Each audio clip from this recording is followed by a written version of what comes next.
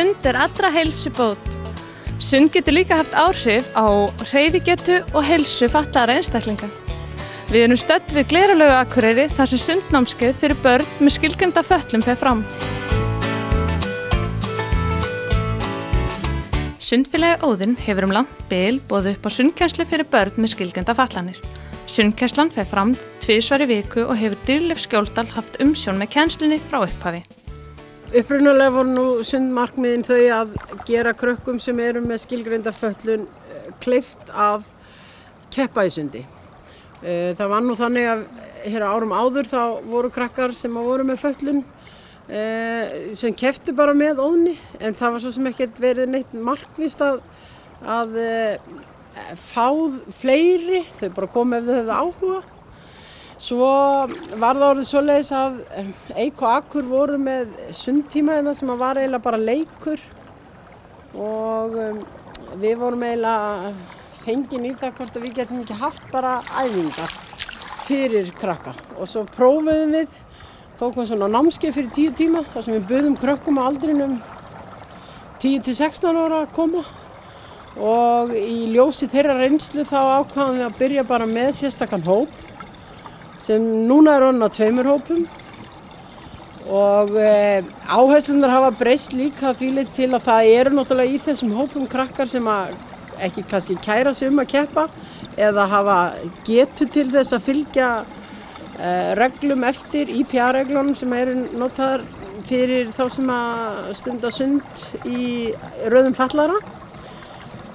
Og mér finnst náttúrulega bara hluti af áherslunum líka vera orðið það að venja þau við að fara í sund.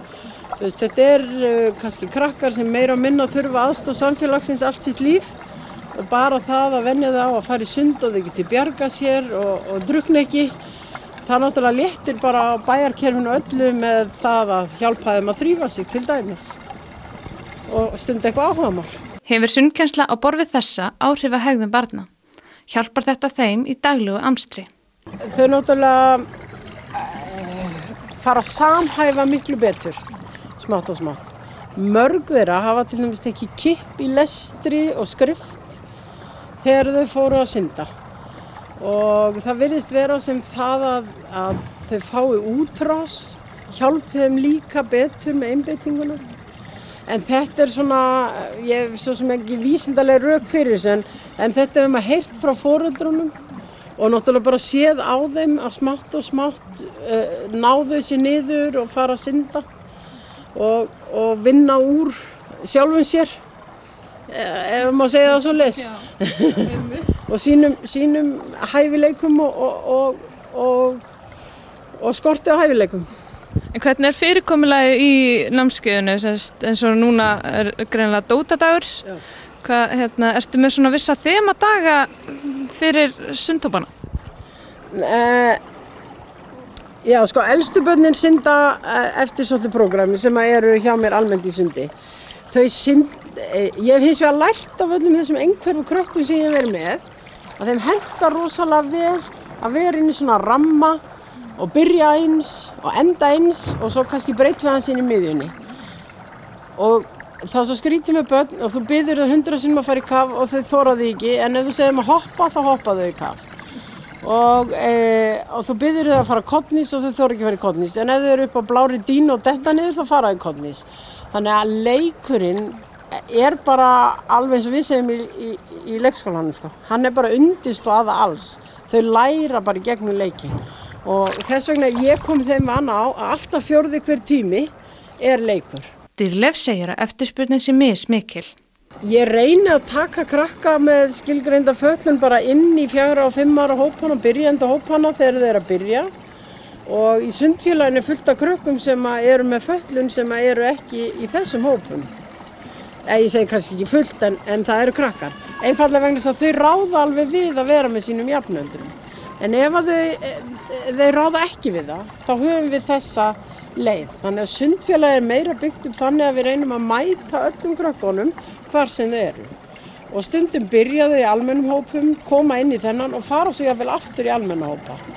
Eða þá þau byrja hér og vinna svo vel úr sínu að þau geta synt með almennum hópum. Elva Dögg Grímsdóttir á barn í sundhópnum. Ég myndi segja að þetta myndi hafa mjög jákvæð áhrif, fyrst og fremst. Hann lærir reglur og hann fylgir þeim. Hans hegðun, hann einhvern veginn hefur bara öðlast svona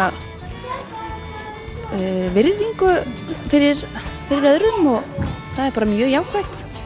Og hann skilur líka að þeir sem eru í umhverfinu eru líka fatlaðir og það finnst honum líka fínt.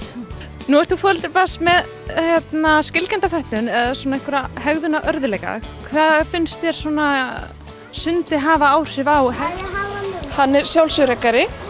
Það er miklu betra að koma með hann hérna í sund, bara svona þau verður bara 2. Hann er, hvað að segja, duglegri, hann hefur gott að þessari hreyfingu. Já, ég held að það er svona helsta sem að...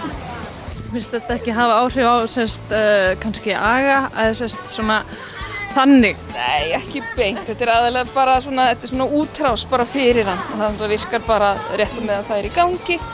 Pínu þreyttur á eftir en svo er það bara búið.